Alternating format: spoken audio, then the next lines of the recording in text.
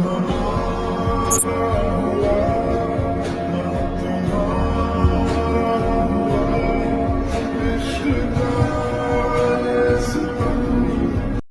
guys, welcome back to our channel. And after a long time एउटा चाहिँ सानो खाले एउटा ट्युटोरियल दिन्छु हैन। आज चाहिँ राम्रो खाले चाहिँ प्रिभ्यूमा हेरिसक्नु भएको छ, थम्बनेलमा पनि छ हैन। एउटा चाहिँ ब्ल्याक एन्ड व्हाइट गराउने फोटो अनि अर्कोलाई चाहिँ टक्क लगाएर नर्मल राख्ने स्याड वाला गराउन सकिन्छ हैन। यसको लागि हैन प्रिभ्यूमा हेरिसक्नु भएको छ, त्यस्तै गराउनलाई स्टेपहरु फलो गर्नु होला।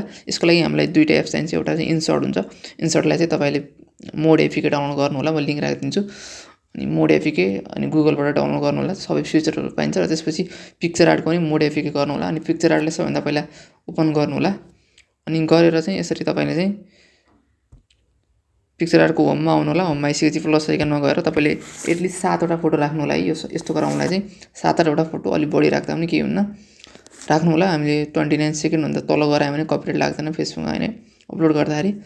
यति गर्नु होला। र तपाईले अनि 7 वटा फोटो राख्नु होला हैन। सबैभन्दा पहिला एउटा फोटोलाई गर्नु होला। एउटा फोटो सिकाउँछु, तपाईले अरु सिकिहाल्नुहुन्छ हैन। कसरी एउटालाई चाहिँ ब्ल्याक एन्ड व्हाइट, अर्कोलाई चाहिँ नर्मल गर्ने, यसरी आउँछ हैन। यस्तो आइसकेपछि सबैभन्दा पहिला तपाई इफेक्ट भन्ने अप्सन छ हैन, तल इफेक्ट भन्ने अप्सन छ नि, इफेक्टमा आउनु होला। इफेक्टमा आइसकेपछि तपाईले चाहिँ यहाँ टन्नै इफेक्ट छ। सबैभन्दा पहिला यहाँ एफएक्स छ हैन, अनि ब्ल्याक एन्ड व्हाइट ब्लर छ हैन। हामीले चाहिँ ब्ल्याक एन्ड व्हाइटमा आउने हो। ब्ल्याक एन्ड व्हाइटको सुरुको ब्ल्याक एन्ड व्हाइट चाहिँ सुरुको यसमा आउँदा हुन्छ। यसमा आउने, यसमा आइसकेपछि यस्तो खाले अप्सन आउँछ। अनि यहाँ माथि इरेजर छ नि, इरेजरको अप्सनमा आउनु होला। इरेजरको अप्सनमा आएर तपाईले चाहिँ यहीँबाट यसरी नै एउटालाई मात्र राख्ने, केटीलाई मात्र राख्ने, अरूलाई चाहिँ यसरी रिमुभ गर्न यहीँबाट पनि सक्नुहुन्छ हैन। एउटा यो पनि तरिका हो। अनि अर्को अप्सन के छ भने यहाँ सिलेक्टमा जानु होला। सिलेक्टमा गएर पर्सन सिलेक्ट गरिदिनु भयो भने दुईटा पर्सनको मात्रै ब्ल्याक एन्ड व्हाइट हुन्छ, अरूको नर्मल भइहाल्छ।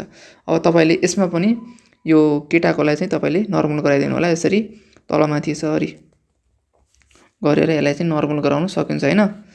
यति गर्ने। यदि अलि टाइम लगाएर यसरी जुम गर्नु हैन दुईटा औँलाले, अनि जुम गरेर अनि यसको साइजलाई घटाएर हैन अलि आरामले गर्नु होला।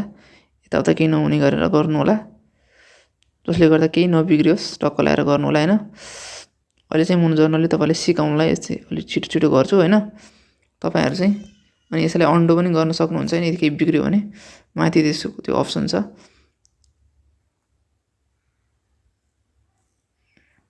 यसरी गर्नु होला हैन। यसरी गरिसकेपछि तपाईको काम के हुन्छ, यसरी गर्ने। अनि त्यसपछि यहाँ टक्क लगाएर यो केटालाई पनि हटाइदिने, अरूले सबलाई पनि गर्ने, जस्ट केटीलाई मात्रै राख्ने के ब्ल्याक एन्ड व्हाइटमा। यति गर्यो भने तपाईको चाहिँ यति बन्छ। यति भने यसलाई टिक गरिदिनु होला। अनि टिक गरेर यसलाई टिक गरेर यसमा तपाईले यसले सेभ गर्न सक्नुहुन्छ हैन। यसले चाहिँ टक्क लगाएर यहाँ जाने, यसले चाहिँ यहाँ सेभ भन्ने अप्सनमा सेभ गर्ने हैन।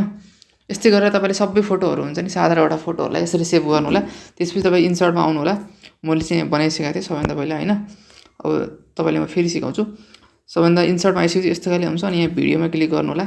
अनि यहाँ न्यू भनेर प्लस आइकनमा हुन्छ नि, सबै तपाईले इन्सर्ट चाहिँ अनि इन्स्टल गरेर राख्नु होला। किनभने अब आउने दिनहरुमा यसमा पनि टक्क लगाएर राम्रो इफेक्टहरु त्यो पनि सिकाउन सकिन्छ। यो नगरेर तपाईले क्यापकटबाट पनि गर्न सक्नुहुन्छ हैन। यो चाहिँ तर यसमा चाहिँ अरु इफेक्टहरु पनि छ के। त्यसपछि तपाईको काम के हुन्छ, जति फोटोहरु छन् नि तपाईले बनाउनु भने त्यति फोटोहरुलाई सिलेक्ट गर्नु होला। जुन फोटो हामीले बनायौं नि यो सबै फोटोलाई टक्क लगाएर सिलेक्ट गर्नु होला हैन। यति फोटो त हो। अनि यति फोटोलाई सिलेक्ट गरेर टिक गरिदिनु होला। टिक गरेर हेर्नु होला, यस्तो खाले आउँछ हैन। यस्तो खाले अप्सन आउँछ तपाईको। यसरी फोटोहरु बसेको हुन्छ। अब तपाईको चाहिँ रेशियो यहाँ क्यानभसमा गएर यसको रेशियो चाहिँ सिलेक्ट गर्न सक्नुहुन्छ। 4:3 मा बनाउने हो कि 3:2 को रेशियोमा बनाउने हो कि कतिमा बनाउने हैन। 3:2 4:3 यी दुईटा मध्ये एउटा गराउनु होला। म चाहिँ अहिले 3:2 मै गराउँछु। अनि टक्क लगाएर यस्तो भयो। अनि त्यसपछि चाहिँ तपाईले यसमा जाने, अनि क्यानभसमा गएर यसको यो चाहिँ यताउता मिलाएन भने यसलाई चाहिँ टक्क लगाएर फिल स्क्रिन गर्दिने के, स्क्रिन भरि गर्दिने। अनि यसमा पनि यो मिलाएन भने क्यानभस भन्ने चाहिँ यसमा गएर स्क्रिनलाई गर्दिने। यो पनि दुईटा फिंगरले यसरी गर्नु भएन भने फिज हुन्छ के। यसरी गर्ने सबै फोटोलाई टक्क लगाएर क्यानभसमा गएर यसलाई चाहिँ दुईटा औँलाले यसरी जुम गरे पनि हुन्छ। यसरी गर्नु होला हैन।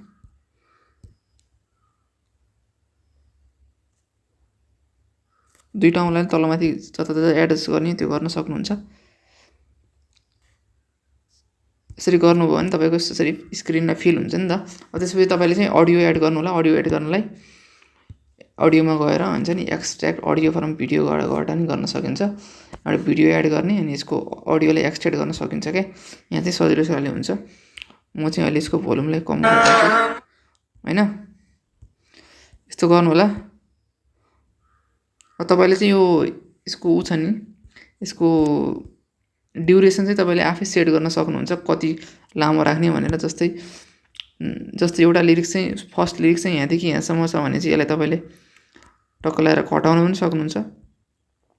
यदि यो लामो लिरिक्स छ भने प्रत्येक लिरिक्सलाई एउटा पार्ट गर्न पनि सक्नुहुन्छ, यसलाई घटाउन पनि सक्नुहुन्छ होइन। यसो ड्युरेसनलाई केही फरक पर्दैन होइन। त्यसपछि तपाईँको काम के हुन्छ, दुईवटा लेयरको बिचमा एउटा यस्तो छ हुन्छ नि यसमा आउने। यसमा आइसकेपछि तपाईँको यहाँ एउटा इफेक्ट हुन्छ, यहाँ सुपर भन्ने छ नि यसमा इफेक्ट हुन्छ, यस्तो खाले इफेक्ट छ।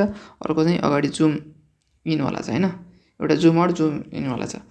दुइटामध्ये एउटा सिलेक्ट गरिदिनु होला अनि यसको टाइमिङलाई थोरै 1.3 गरेर यहाँ दुईवटा टिक छ नि यहाँ दुईवटा टिक गरेर एप्लाई टु अल गरिदिनु होला।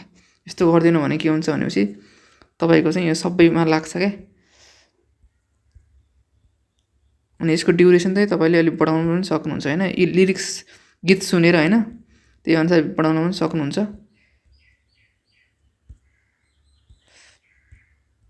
टक्क लगाएर गएर जति लामो छ नि सङ छ नि त्यति लामो बनाइदिनु होला।